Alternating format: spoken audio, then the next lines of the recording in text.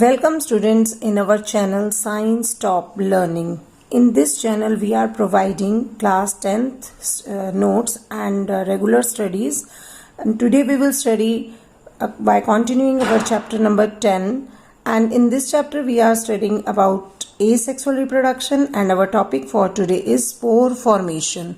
So students, spore formation is also a type of asexual reproduction. Even in many simple multicellular organisms, specific reproductive parts can be identified. The thread-like structures that developed on the bread in activity 8.2 above are the hyphae of the bread mold rhizopus. इसमें क्या बताया है कि multi cellular organisms, तो spore formation multi cellular organisms में ही एक reproductive process है. इसमें कुछ थ्रेड लाइक स्ट्रक्चर्स हैं जो ब्रेड के ऊपर आपने डेवलप होते हुए देखे होंगे और उनको हम बोलते हैं hypha. That is also called as bread mould, जो हम कॉमन लैंग्वेज में कह देते हैं कि ब्रेड पर फफूंदी लग गई है. Rhizopus is the other name, scientific name for bread mould. And ये जो हाइफे हैं जो आप देख सकते हैं डायग्राम में, in this diagram we can see, this is the diagram for that, these are the hyphae and these are not the reproductive parts. Actually the reproductive part is here. These are the sporangiophores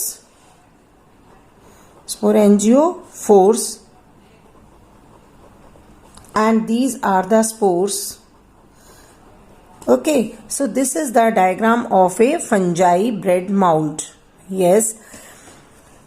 On the other hand, the tiny blob on a stick structure are involved in reproduction. The blobs are sporangia, which contain cells or spores that can eventually develop into new rhizopus individuals. The spores are covered by thick walls that protect them until they come into contact with another moist surface and can begin to grow. ये जो spores इसमें से निकलते हैं, these are called as sporangiophores और sporangia, we can also call them sporangia. ये जो spores हैं, actually these are very tiny structures and these are asexual reproductive bodies. ये हवा में डिस्पर्स हो जाते हैं और इनसे ही न्यू इंडिविजुअल्स जर्मिनेट होते हैं. ये बैक्टीरिया में, प्रोटिस्ट्स में हो सकते हैं. एग्जाम्पल्स हम क्या दे सकते हैं इसके? There can be bacteria, they can occur in bacteria, protists, okay, algae and fungi. Here we have taken the example of fungi, but it can occur in others also, bacteria, protists, algae and fungi. Spores जो होते हैं, ये जो spores यहाँ से निकल रहे हैं, they are motile in nature. ये मूव करते हुए कहीं भी दूर दूर तक स्प्रेड हो जाते हैं. कुछ एक एक्वाटिक फॉर्म्स में ये मोटाइल हो सकते हैं, फॉर एग्जाम्पल जिनको हम ज़ूओस्पोर्स कह देते हैं, जैसे यूलोथ्रिक्स वगैरह में. और इसके ऊपर जो लेयर होती है, अगर हम एक स्पोर के स्ट्रक्चर को थोड़ा सा देखते हैं इलेबोरेट करके, सो this is the structure of one spore,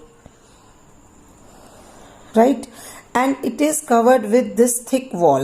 This is one spore, structure of one spore. This is covered by a thick wall which is called as cyst, we can call it at, and this thick wall is resistant. This is cyst और ये cyst जो है वो बहुत ज़्यादा resistant होती है. That means unfavorable conditions जब तक रहेंगे तो ये इसको डैमेज नहीं होने देती, डेड नहीं होने देती. And whenever they get favourable conditions, जैसे ही इनको food, moisture, these are the favourable conditions, when they get them, the cyst degenerates and the spores develops their new structures, और ये स्पोर्स में से न्यू ऑर्गेनिज्म डेवलप हो जाता है. Okay students, so this is how the spore formation takes place. In a box, it is given about tissue culture. Tissue culture is also a technique for reproduction, asexual reproduction. In tissue culture, new plants are grown by removing tissue or separating cells from the growing tip of a plant. ये जो technique है, ये जिन seedless plants में हम follow up कर सकते हैं. इसमें कुछ tissue means group of cells, कुछ ग्रुप ऑफ सेल्स को सेपरेट किया जाता है कहाँ से? From the tip of the plant, जो ग्रोइंग पार्ट है जहां पर मेरिस्टेमेटिक टिश्यू काफी एक्टिवेटेड रहते हैं, उन ग्रोइंग टिप से टिश्यूज को कलेक्ट किया जाता है। फिर उन सेल्स को, ग्रुप ऑफ सेल्स को, टिश्यूज को आर्टिफिशियल मीडियम में रख देते हैं। The cells are then placed in an artificial medium where they divide rapidly to form a small group of cells और कैलस। अब वहां पर जब आर्टिफिशियल मीडियम में इनको रखेंगे, which is nutritive medium, like agar is present in that jelly like substance, वहां उनको नरिशमेंट मिलती है और ये बहुत तेजी से टिश्यूज ग्रो करने लगते हैं, सेल डिवीजन होने लगती है, and that small group of cells now is called as callus. Callus is transferred to another medium containing hormones for growth and differentiation.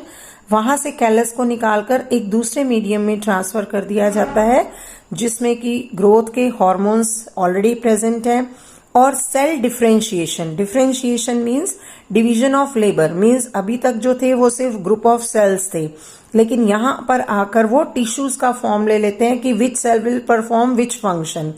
The plantlets are then placed in the soil so that they can grow into mature plants. जैसे जैसे cell differentiation होता है तो नए नए type के tissues plants में से, जैसे स्क्लेरेन्काइमा, कॉलेन्काइमा, पेरेन्काइमा, ये सब डेवलप होने स्टार्ट हो जाते हैं और छोटी छोटी सी प्लांटलेट्स, पत्तियां उनमें से निकलनी स्टार्ट हो जाती हैं। अब वो जो प्लांटलेट्स है वहां से फिर उसको रिमूव करके सॉइल में डाल दिया जाता है जहां वो ग्रो करके एक मैच्योर प्लांट का रूप ले लेती है। Using tissue culture, many plants can be grown from one parent in disease-free conditions. अब सबसे पहले तो हम यहाँ देख सकते हैं कि हमने टिप से ही प्लांट के टिप से ही हमने टिश्यू को कलेक्ट किया। वाई? इट इज बिकॉज कि वहां पर अभी तक अगर कोई प्लांट में डिजीज है भी सही तो ग्रोइंग पार्ट में वो डिजीज अभी तक स्प्रेड नहीं की होती है, इसलिए हमने वहां से लिया। सेकेंडली, अब हम जो उसको एनवायरनमेंट प्रोवाइड कर रहे हैं that is also disease free conditions, वहां पर हम कुछ एंटीसेप्टिक्स भी डाल सकते हैं कि उनको फंगस ग्रोथ वहां ना हो। So this plant which is germinated from such tissue culture, they are free from every kind of diseases. This technique is commonly used for ornamental plants. Ornamental plants के लिए हम इस कल्चर को ज्यादातर use करते हैं। तो इसके बहुत सारे एडवांटेजेस हैं कि बहुत जल्दी ग्रोथ हो जाती है, डिजीज फ्री प्लांट हमें मिल जाता है, और एम्ब्रियो जो नॉर्मली अगर कोई एम्ब्रियो किसी का बनता था और वो डेड हो जाता था तो उससे भी हम can be made to form new plants. इस तरह के प्लांट्स को भी हम ग्रो कर सकते हैं। और सबसे बड़ा इसका बेनिफिट ये भी होता है कि only small room is required for tissue culture. Tissue culture के लिए बहुत ज्यादा स्पेस की जरूरत नहीं है because very small containers or small test tubes are required, so small room is required and continuous propagation can be carried out throughout the year. Now students, we will study about our next topic on next page, that is sexual reproduction. अभी तक हम asexual reproduction के types पढ़ रहे थे, अब हम पढ़ेंगे sexual reproduction. We are also familiar with modes of reproduction that depend on the involvement of two individuals before a new generation can be created. Bulls alone cannot produce new calves, nor can hens alone produce new chicks. In such cases, both sexes, males and females, are needed to produce new generations. What is the significance of this sexual mode of reproduction? Are there any limitations of the sexual mode of reproduction?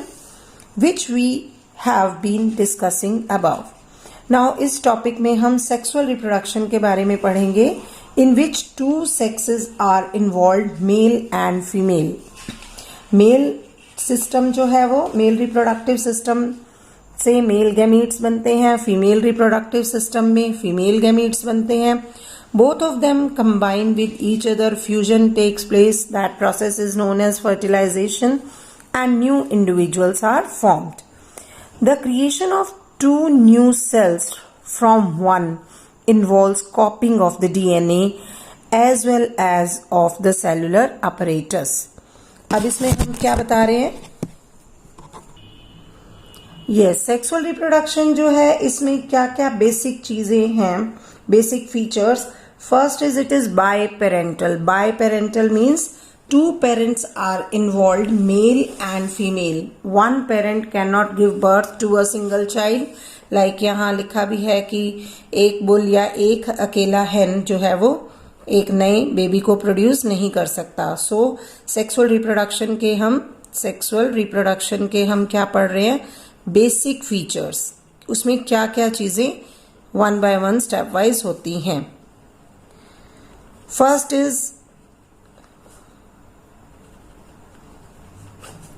is biparental. That means I have already told you male and female both are important, both are involved. Male bearing male sex organs, male reproductive system, and female bears female reproductive system. Now the male and female reproductive systems, they can be on different organisms. अगर वो दोनों अलग अलग दो organisms पर हैं, then they are called as unisexual. Unisexual means male अलग organism पर है और female reproductive system अलग organism पर है, then they are called as unisexual. But if both are present on same organism, एक ही organism पर दोनों present हैं, then they are called as bisexual. For example, we can take the example of leech, earthworm, slug. These are some examples of bisexual. They are also called as hermaphrodites. Second basic feature of sexual reproduction is meiosis.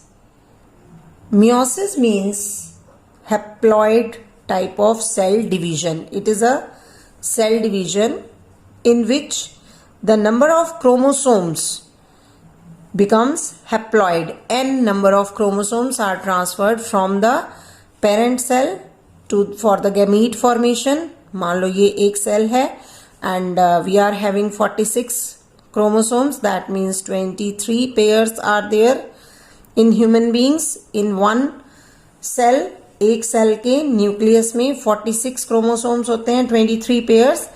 In case of meiotic cell division, जो दो gametes बनेंगे, they will carry 23 chromosomes. Both will carry equal number of chromosomes, 23 each.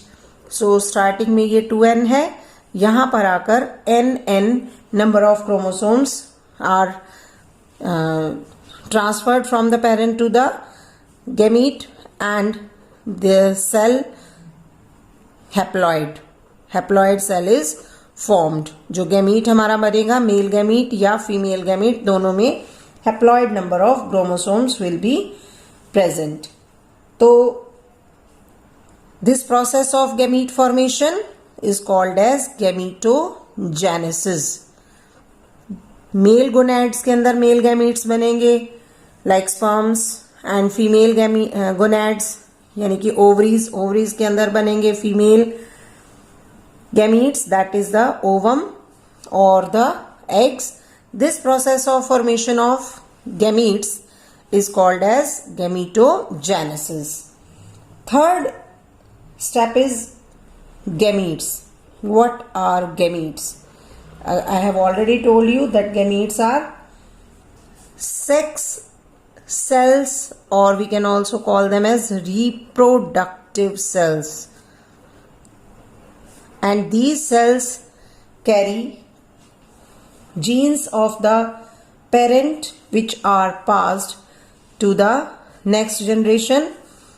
Male gonads यानी कि testes are the male gonads and they will form male gametes. That means sperms are formed and female gonads are ovaries, and ovaries will give rise to the gametes that are ova or eggs. Now next step after this is fertilization. Fertilization of male and female gametes. Male gamete with 23 chromosomes and female gamete again with 23 chromosomes. Fusion takes place. This fusion, process of fusion is called as fertilization. This is from sperm. This is from ova. We can indicate them with these symbols also. This symbol represents the male and this symbol represents the female. Female forms ova, and after fertilization of sperm and ova, one single celled structure will be formed with 23 plus 23. That means 46 chromosomes are present in this single celled structure called as zygote. I am reminding you once again, it was haploid. It was also haploid, but the next zygote formed after fusion is diploid in nature. Now remember, अगर ये भी diploid होता और ये भी diploid cell होता, meiosis ना हुई होती, mitosis हुई होती, तो जो new zygote बनता, it will be doubled, means 46 pairs यहाँ पे आ जाते chromosomes के, and it would not have been similar with the human being cell. So it is necessary that यहाँ पर meiosis हो और ये दो gametes haploid बने, ताकि fusion के बाद again we will get the diploid zygote. After fertilization, the fertilization also can be of two types. It can be external fertilization if the fertilization takes place outside the body of organism, or female we can say. अगर वो fertilization female की body के बाहर होता है तो हम उसको external fertilization बोल देते हैं. And like for example in frogs, fishes, etc., fertilization takes place outside the body of female. Female ने अपने eggs lay कर दिए in water, male ने अपने eggs lay कर दिए, and with the small difference in time, slightly सा difference होता है time का, पास वो लगभग ले कर देते हैं अपने gametes, and male gametes and female gametes they fuse outside the body of female. But it is energy consuming process, because so that to ensure the fertilization, the male and female gametes are to be produced in a large number. बहुत ज़्यादा उनको gametes बनाने पड़ते हैं ये ensure करने के लिए कि fertilization हो जाए. अदरवाइज कुछ एग्स तो उनके प्रीडेटर्स के द्वारा खाए जा सकते हैं या वाटर करंट्स के साथ वो डैमेज भी हो सकते हैं. Second type of fertilisation is internal fertilisation. That means which takes place inside the body of female. For example, in all the mammals we can see there is internal fertilization. In reptiles, in birds also, human beings include करते हुए हम देखते हैं कि fertilization is internal as it takes place inside the body of female, and human beings में fertilization takes place in fallopian tube. After fertilization, here we can say the product of fertilization is zygote. So the fifth basic feature of fertilization of sexual reproduction is zygote formation. Zygote is a single celled, mind you, it is a single celled and diploid structure, not haploid. It is diploid, means 2n, double of the number of chromosomes is there. Diploid, number of chromosomes. And the zygote develops, this zygote develops into new individual. There are many stages like formation of morula, gastrula, blastula, and then embryo, then fetus, then we can say fully developed baby is produced, and the cell division that is taking place after the formation of zygote is mitotic division. Mitotic division, because here the growth and development of the baby, so mitotic division takes place here. Now we have read about the difference between sexual and asexual reproduction in little detail, and what is the significance of sexual reproduction, क्या ज़रूरत है sexual reproduction की. And the first most important significance is variations. कि sexual reproduction में क्योंकि हम देख रहे हैं कि कुछ क्रोमोसोम्स, कुछ गैमीट्स मेल से आ रहे हैं, कुछ फीमेल से आ रहे हैं, उनकी फ्यूजन से एक नया जाइगोट बन रहा है, तो definitely there will be mixing of the characters of two different individuals. So the chances of variations are more. Crossing over भी होती है जब क्रोमोसोम्स बन रहे हैं during this meiotic division. Meiosis जब होती है तो crossing over of chromosomes also takes place, जिसकी वजह से सेक्सुअल रिप्रोडक्शन में बहुत ज्यादा वेरिएशंस आ जाती हैं. एंड इसीलिए हम कह सकते हैं कि कोई भी चाइल्ड अपने पेरेंट की एग्जैक्ट कॉपी नहीं होता है. Variations are essential. Why variations are required? For recognition, पहचानने के लिए, इंडिविजुअल की अपनी पहचान बनाने के लिए, और कंपटीशन को आगे कंटिन्यू करने के लिए वेरिएशंस की जरूरत है. अगर सभी ऑर्गेनिजम्स एक जैसे होंगे, उनकी एडेप्टेड क्वालिटीज भी एक जैसी होंगी, तो एनवायरनमेंट में आने वाले जो भी चेंजेस हो रहे हैं, लाइक ग्लोबल वार्मिंग, फैमिन या फ्लडिंग, कोई भी नेचुरल क्लाइमेटीज जब एनवायरनमेंट में होती हैं, तो वही सरवाइव करते हैं इंडिविजुअल्स जो उसमें एडेप्टेड हो जाते हैं. तो इसके लिए वेरिएशंस होनी बहुत ही जरूरी है. So for the better adaptability and for the process of evolution, adaptation and then evolution is only the result of sexual reproduction, because variations ही हैं जो एक इंडिविजुअल को एडेप्टेबल बनाती हैं किसी भी चेंज इन एनवायरनमेंट में, और धीरे धीरे after many of the successive generations these variations continue, जो helpful अच्छी वाली वेरिएशंस हैं जो एडेप्टेशन में हेल्प कर रही हैं, ये कंटिन्यू चलते चलते चलते after many of the successive generations they can lead to the formation, जिससे कि इवोल्यूशन हो जाता है. So genetic changes are very important for the better adaptability in the environment. So now we will read it. The creation of 2 new cells from 1, एक से 2 नए cells का बनना, it involves copying of the DNA as well as of the cellular apparatus. DNA भी copy होगा, double बनाएगा अपने आप को, और सेल्यूलर अपरेटस जो सेल ऑर्गेनेलीज हैं वो भी डबल होकर 2 नए सेल बनाने में हेल्प करेंगी. DNA copying mechanism, as we have noted, can not be absolutely accurate, and the resultant errors are a source of variations in population of organisms.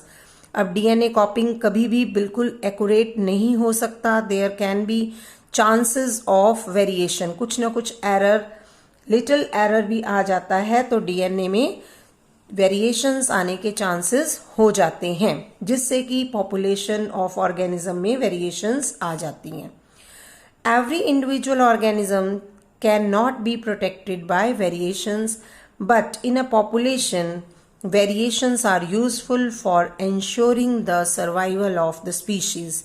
जैसे मैंने बताया कि अब अगर variations नहीं होंगी तो जो environmental changes हैं for competition for food है, competition for space होगा, जब population increase हो जाती है, तो ये कंपटीशन में वही सरवाइव करते हैं स्पीशीज जिनमें कुछ वेरिएशंस होती हैं और बेटरमेंट के लिए जो वेरिएशंस होती हैं.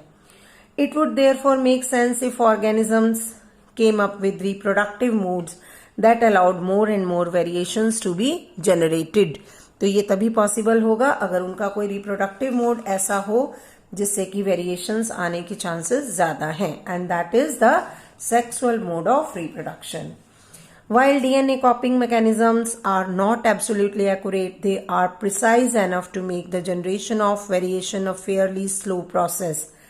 अब वेरिएशंस का आना कोई एकदम से वेरिएशन नहीं आता है कि एक दो जनरेशंस के बाद न्यू स्पीशीज अराइज हो जाएगी. No, it's a very slow process because जो वेरिएशंस आती हैं दे आर वेरी प्रिसाइज, बहुत ही स्मॉल लेवल पे होती हैं. If the DNA कॉपिंग mechanisms were to be less accurate, many of the resultant DNA copies would not be able to work with the cellular apparatus and would die. अगर हम ये सोचे कि DNA copy जब हो रहा है, डुप्लीकेट जब कर रहा है डीएनए अपने आप को, और तब हम चाहें कि एक साथ बहुत ज्यादा वेरिएशंस आ जाएं डीएनए में, तो ऐसा भी हो सकता है कि वो डीएनए में जो ज्यादा वेरिएशंस हैं वो डीएनए अपने सेल ऑर्गेनेलिज, अपनी सेलुलर अपरेटस के साथ एडजस्ट ही ना कर पाए, फंक्शन ही ना कर पाए, और वो सेल वहीं पर डेड हो जाए. तो हम बहुत ज्यादा वेरिएशंस भी एक्सपेक्ट नहीं कर सकते हैं to speed up our process. So how can the process of making variants be speed up? तो फिर ऐसा क्या करें जिससे हम अपनी वेरिएशंस को स्पीड अप कर सकें. Each new variation is made in a DNA copy and that already has variations accumulated from previous generations. अब जो भी variations होती हैं वो जो अच्छी variations हैं, जो adaptation में helpful हैं, वो variations आगे से आगे आने वाली next generations में accumulate होती चली जाती हैं, जुड़ती चली जाती हैं. Thus, two different individuals in a population would have quite different patterns of accumulated variations. तो हम कह सकते हैं कि एक ही स्पीशीज की, एक ही पॉपुलेशन के अंदर अगर दो अलग अलग इंडिविजुअल्स हैं तो उनकी वेरिएशंस कितनी एक्यूमुलेट हुई हैं वो भी अलग अलग होंगी. Since all of these variations are in living individuals, it is assured that they do not have any really bad effects. अगर वो वेरिएशंस एक्यूमुलेट हो रही हैं तो इसका मतलब उनका कोई बैड इफेक्ट नहीं है, क्योंकि अगर बैड इफेक्ट होता है तो वो अपने सेलुलर अपरेटस के साथ एडजस्ट नहीं होता और वो कहीं ना कहीं बैड इफेक्ट शो कर देता है, and the individuals are not able to survive any more. Combining variations from two और more individuals would thus create new combinations of variants. So अगर हम वेरिएशंस को कंबाइन कर देंगे, जहां पर दो या दो से ज्यादा इंडिविजुअल्स मिलकर वेरिएशंस, दोनों की वेरिएशंस को कंबाइन कर दिया जाता है, like in case of our sexual mode of reproduction, तो जो न्यू कॉम्बिनेशन क्रिएट होगा वो काफी ज्यादा डिफरेंट होगा. Each combination would be novel since it would involve two different individuals, क्योंकि दो नए इंडिविजुअल्स अलग अलग कंट्रीब्यूट कर रहे हैं अपना अपना हिस्सा, अपना क्रोमोसोम्स, अपने जीन्स, तो जो नया बनेगा that will be different from both of the parents. The sexual mode of reproduction incorporate such a process of combining DNA from two different individuals during reproduction. तो सेक्सुअल मोड ऑफ रिप्रोडक्शन ही है जो इस तरह का हमें एक advantage देता है कि जहां दो अलग अलग डीएनए को कंबाइन करके हम एक नया डीएनए इनकॉर्पोरेट कर सकते हैं. But this creates a major difficulty if each new generation is to be the combination of the DNA copies from two pre existing individuals, that each new generation will end up having twice the amount of DNA that the previous generation had.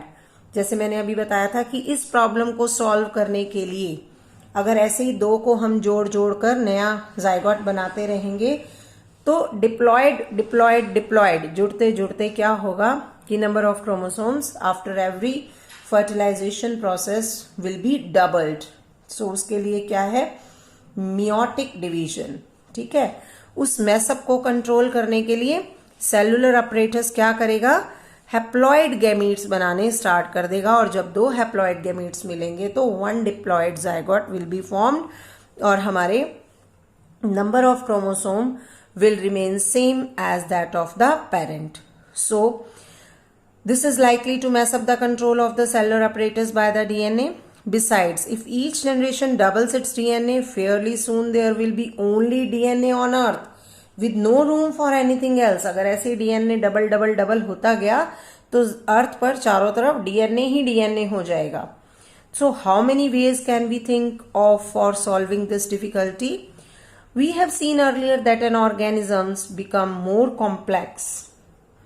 The specialization of tissue increases. जैसे जैसे organisms complex होते चले जाते हैं simple to complexity की तरफ, तो उनके जो tissues हैं वो ज़्यादा specialized हो जाते हैं for each and every function. One solution that many multicellular organisms have found for the problem mentioned above is to have special lineages of cells in specialized organs which have only half the number of chromosomes and half the amount of DNA as compared to the non-reproductive body cells. हमारी body के अंदर actually 2 types के sales होते हैं, somatic cells and reproductive cells. Somatic cells में mitosis division चलती रहती है और number of chromosomes remain same because उनको कहीं भी फर्टिलाइजेशन का प्रोसेस नहीं करना है. सोमैटिक सेल्स ग्रोथ में हेल्प करते हैं, बॉडी की wear and tear and repairing of the body cells में वो हेल्प करते हैं. जो दूसरे टाइप के सेल्स हैं reproductive cells, they are called as gametes. They undergo meiotic division because they have to fertilize, and to avoid the doubling of chromosomes and DNA they undergo meiosis division. Thus, when these germ cells from 2 individuals combine during sexual reproduction to form a new individual, it results in re-establishment of the number of chromosomes and the DNA content in the new generation. Got it? समझ में आ रहा है सबको? If the zygote is to grow and develop into an organism which has highly specialized tissues and organs, then it has to have sufficient stores of energy for doing this. In very simple organisms, it is seen that the 2 germ cells are not very different from one another or may even be similar. बहुत ही lower level के जो organisms होते हैं, plants हो या animals हो, उनमें male और female reproductive cells में या male female gametes में कोई ज़्यादा difference नहीं होता है, उनके body designs almost same होते हैं. But as the body designs become more complex, लेकिन जैसे जैसे हम कॉम्प्लेक्स ऑर्गेनिजम्स हायर लेवल के ऑर्गेनिजम्स की तरफ जाते हैं तो जो जर्म सेल्स हैं they are also specialised. One germ cell, एक जो जर्म सेल होता है वो लार्ज होता है साइज में और उसके अंदर फूड स्टोर्ड होता है जो जर्मिनेशन के बाद, जाइगोट फॉर्मेशन के बाद, उस जाइगोट से बेबी बनने के दौरान ड्यूरेशन में जो भी चेंजेस आते हैं उसके लिए नरिशमेंट प्रोवाइड करने के लिए सफिशिएंट फूड उसमें स्टोर्ड होता है. while the other is smaller and likely to be motile. दूसरा जो है वो छोटा साइज का होता है और वो मोटाइल होता है और मेल से मूव करता हुआ वो फीमेल की तरफ चला आता है एंड वहां पर फिर फ्यूजन हो जाता है. Conventionally, the motile germ cell is called as the male gamete and the germ cell containing the stored food is called as the female gamete.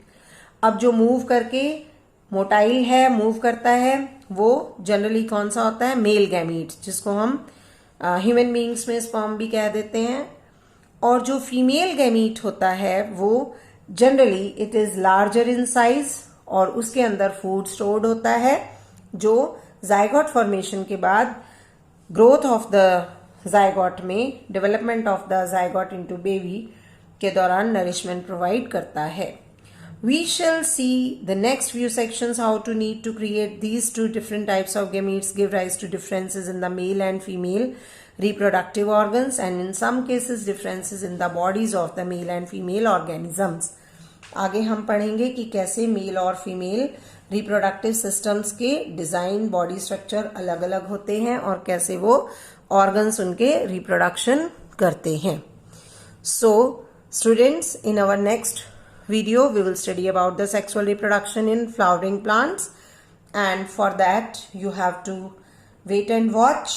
अगर आपको हमारी वीडियोस ये पसंद आती हैं तो you can like and subscribe our channel and You can also get the notes on Telegram. For notes, you can search over there with the same name, Science Top Learning. Thank you and have a nice day. And all the things are free of course. That is also a benefit for students. Okay, thank you.